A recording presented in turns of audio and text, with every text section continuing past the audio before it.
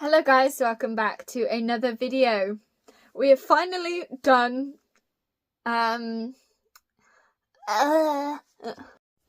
okay, let's try this again. Take 2.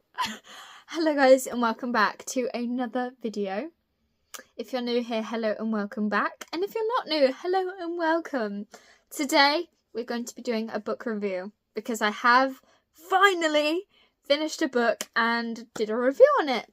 So, if you haven't already guessed by the title, we're going to be reviewing The Surrogate Mother by Freida McFadden. Now, this is a definite book that I thought I was going to enjoy more than what I did. And I thought this was newer than it was as well.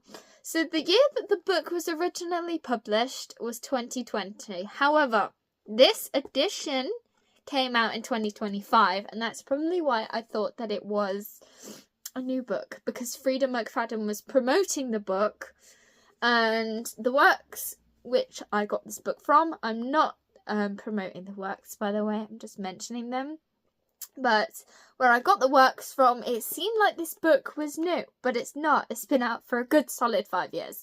So, let's get into this. Here's the cover. It's a matte cover, so it's not glossy, so you can see all of my fingerprints. It's got a dummy on the front, and it's called The Surrogate Mother. So I'm sure that by that, you can kind of guess what it's about. And knowing Freida McFadden, you can also probably guess that it's a thriller. So, this book has 303 pages, and I did finish this in August. I have to say, I did actually forget that I'd read it. And it was in my TBR pile in the midst of all of the other books, and I kind of forgot about it, so hence why there hasn't been a book review for so long, because I forgot that I had one. I'm going to rate this 3.5 stars, and that is disappointing for me, considering that I really rate Freida McFadden quite highly, but I have to say it wasn't her best. And even the people on Goodreads have said that this isn't Freida McFadden's best book. So let me show you my review wheel and show you what kinds of things. I made it pink because the colour scheme of the book is pink, and I kind of like to make my reviews with the matching colour theme of the cover. So enjoyment, I rated it 2 stars out of 4. Writing, 3 stars out of 4. Characters, 2 stars out of 4. Plot, 4. Readability, 4. And setting, 2. Now, the reason why I did that... Oh, no. Plot, 3. Readability, 3. Sorry, I thought they were out of 5. The reason why I rated this so low is because I didn't really like it. The ending confused me. Let me get my pen so I can tick off what I've said. So, the ending confused me slightly. She kind of left us feeling shocked about leaving the book on a cliffhanger, and there was a major twist. I'm just confused. My writing is joined up. I've got this review book that I write all of my reviews in before I make a video, so I have a plan, and I've just right. Take 3. Just erase that completely. So, the ending confused me slightly. I think that Freida McFadden should have left the book on a plot twist or on a Freida should have left the book on a cliffhanger so that it gives us more time to wonder what's going to happen next, question everything, all of that kind of jazz. But instead, she did a plot twist at the end, and I didn't get it. I didn't understand it. Like, it was one of these that felt unnecessary to me. So let me read you the blurb, and we can talk about this book in more detail. Because it's been out for 5 years, I'm not too worried about spoiling loads. I might give a couple of hints and tips, but I'm not going to go into spoiling it completely because obviously not everybody's read it. but because it's been out for at least 5 years, I'm not going to ruin anything major. So the blurb.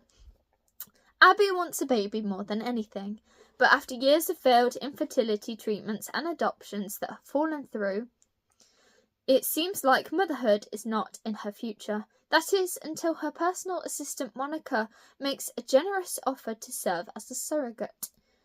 It's an offer that will make all of Abby's dreams come true, but soon strange things start happening, and it turns out that Monica isn't who she says she is. The woman now carrying Abby's child has an unspeakable secret, and she will stop at nothing to get what she wants. I also thought that within this book I did get a little confused, in not just at the end, but a couple of places, because obviously we have the villain, and she was my favourite character in this story because she was very smart, calculated, the storyline was interesting to follow, but I have to say, Monica being a psychopath really made me root for her. Abby was... Freida McFadden has a thing for making some of her female main characters not realistic in terms of what, if you were in that kind of situation, what you would do in a real situation.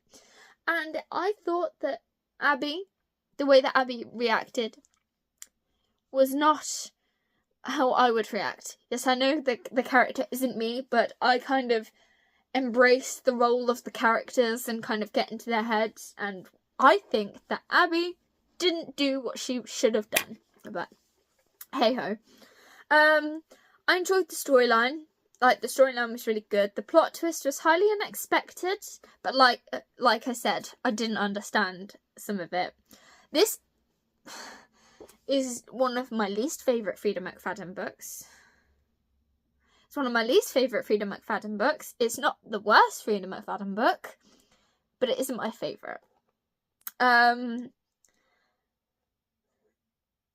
I do think that the female main character, though, should be more intelligent in terms of what she does, but there we go.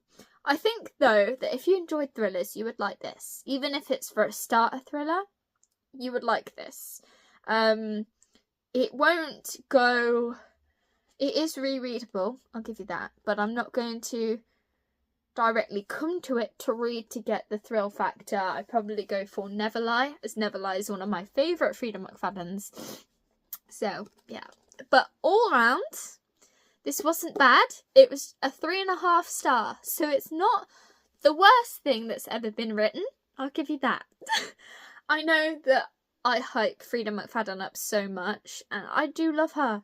I do love her. I've never met her, but I love her. But unfortunately for me, this wasn't something that clicked with me. But anyway, thank you guys for watching. If you enjoyed this, thank you for stopping by. I hope that you enjoyed this video.